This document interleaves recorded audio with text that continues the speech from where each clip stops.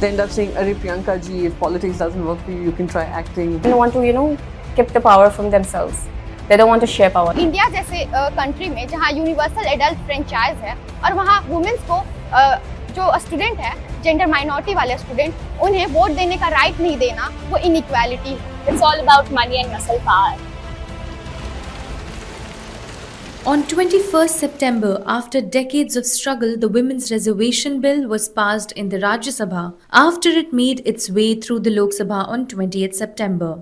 The bill will provide 33% reservation of seats for women in the parliament. Many believe that this will change the political discourse of the country. But is it enough? Indian politics is a dynamic and powerful arena. If you're not born into a political family, your ticket inside is student politics. Prominent leaders like former Union Finance Minister Arun Jaitley, current Road and Transport and Highways Minister Nitin Gadkari, Bihar Chief Minister Nitish Kumar were all powerful student politicians once. So for women to join politics, it is very important to make space in student politics first. But can they? As a Muslim candidate, female candidate, I have faced some heckling, people laugh at me sometimes because I'm a very young candidate. I'm a second year student, I'm 20 years old.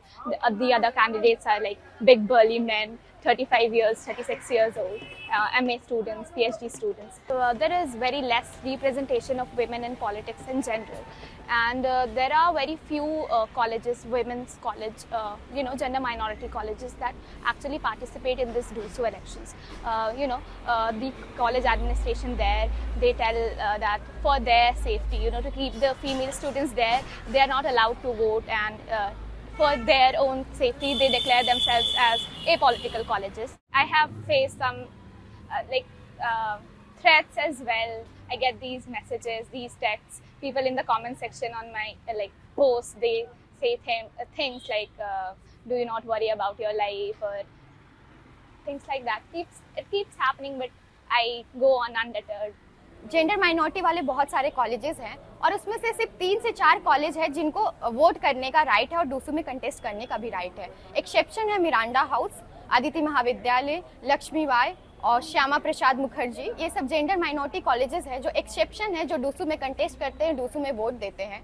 बाकी जितने भी gender minority colleges है Delhi university में, चाहे वो कमला Nehru college हो, Gargi college हो, Daulat Ram college हो, ये सब डूसू में कंटेस्ट नहीं करते क्योंकि ये सोचते हैं कि अगर हमारे कॉलेज की लड़कियां अगर डूसू में कंटेस्ट करेगी या फिर वोट देने जाएगी तो वो अनसेफ फील हो जाएगी, वो अनसेफ रहेगी और उन्हें बहुत ज़्यादा प्रॉब्लम उठाना पड़ेगा. पर इंडिया जैसे कंट्री में जहाँ यूनिवर्सल एडल्ट फ्रेंचाइज है और वहाँ वुमेन्स को जो स्टूडेंट है, जेंडर माइनॉरिटी वाले स्टूडेंट, उन्हें वोट देने का राइट नहीं देना, वो इनइक्वालिटी है.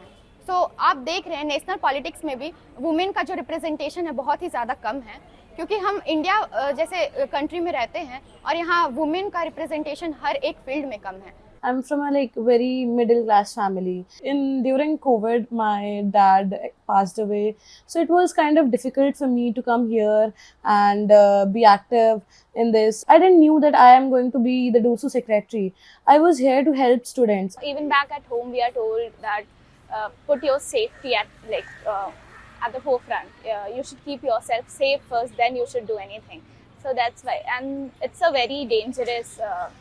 That politics is a very dangerous field, right? So that's why we tend to participate less in here. It's all about money and muscle power, and whoever has it more dominates that field. Even after all these hurdles, when a woman manages to enter national politics, the struggle only gets tougher. The BJP had a head who was the head of the BJP in Maharashtra. He told me personally on record on television that Supriya Sule, घर जाओ, खाना बनाओ, देश कोई और चला लेगा, हम लोग चलाएंगे. This is what the BJP's mindset is. Another minister in their cabinet has used a derogatory word against me. I remember the date exactly. It was the 3rd of February. And the day the political party was announcing the list of candidates who were going to be contesting the elections was also the day when Forbes came out with this list of 30 under 30, right? So Forbes recognized me, honored me as a 30 under 30 for my work in policy and politics and law, which was a big sort of an, achievement. wherein the whole of country was recognizing what I was doing in terms of policy and politics. And this very same day, when the Congress party announced a list, my name was not there. So, and then when I brought up this issue, and I was told that I'm very young, I was just 25 years old, and also because I'm a woman. I've been told that you belong to page 3 parties, etc. Why are you wasting your time here? Sometimes very casually in the central hall, they think it's meant as a compliment. They end up saying, "Arey Priyanka ji, if politics doesn't work for you, you can try acting." Then they say many times, they tell me that, "What do you know about crypto for you to talk like this with so much confidence?" So there's a lot of stereotyping that happens, that women don't understand tech, women don't understand digital spaces, women don't understand finance, women don't understand new technologies, especially something like a crypto, which is at the intersectionality of fintech. So there's this stereotyping, nahi, aapka kshetra nahi hai, you don't talk about it. So you try and break those stereotypes as well. And you break it not by just making some casual conversation about it. You show your research and your interest in it to be able to tell people that stop stereotyping me into how I look, how I dress, how I speak, what are my issues close to my heart. I think I'm prepared for the world by speaking on and many people say, "Oh, Priyanka has an opinion on everything." Don't you have an opinion on everything? Don't you have an opinion on movies? Don't you have an opinion on how the society is moving? You don't have an opinion on economy? You don't have an opinion? I think half the Indians, most of the Indians have an opinion on every issue. So why are you gagging Priyanka Chaturvedi from voicing her opinion? So those are things where we find the stereotype happen a lot, and many times it's very unconsciously. I would say it's a very unconscious bias. But you have to make them conscious that, boss, this is bias. There's that belief that I don't know just because of my gender. However, this is not new. Back in 1989, former Tamil Nadu Chief Minister Jayalalitha, who was then the leader of opposition, was reportedly assaulted in the Tamil Nadu Legislative Assembly.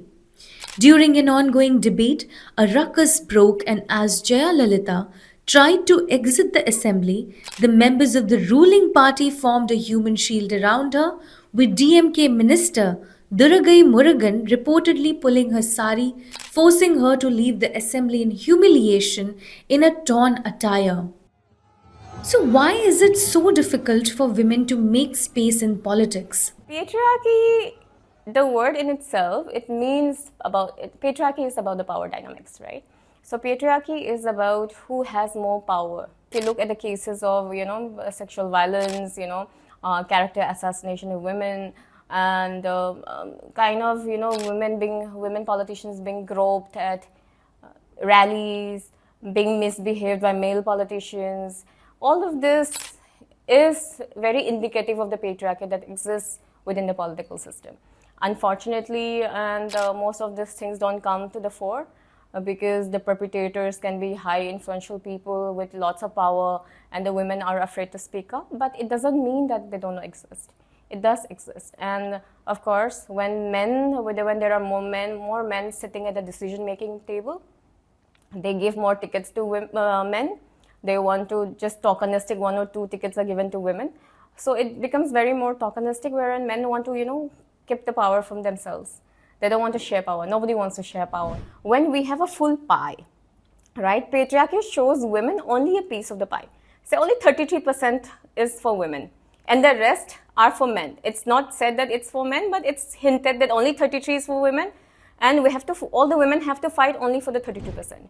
Or for example, if we're appointing a board or a committee, then out of 10 seats, 1 or 2 will be said that, 1, 2 seats for women, everything else not shown to the women. So women are shown just a piece of the pie, and we have been taught to fight amongst them ourselves. We have pitted against each other for those seats, right? So that is patriarchal bargaining. But what I often say is, what I often tell young women and others is, let's not look at what patriarchy is showing us.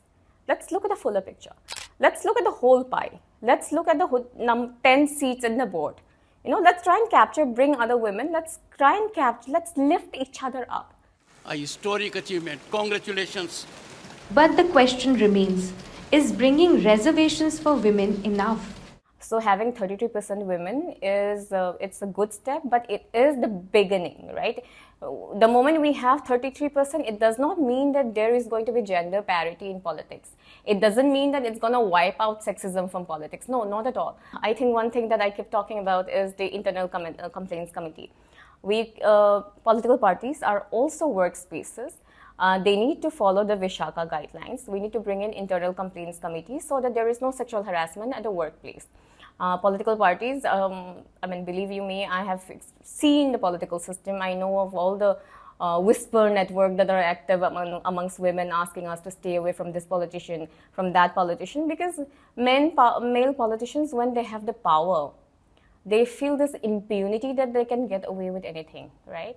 And because of the power that they have, women also don't come forward and complain. But if there is an internal complaints committee, it will make the workspace much safer for women. At least they know where to go if there are cases of sexual harassment, right?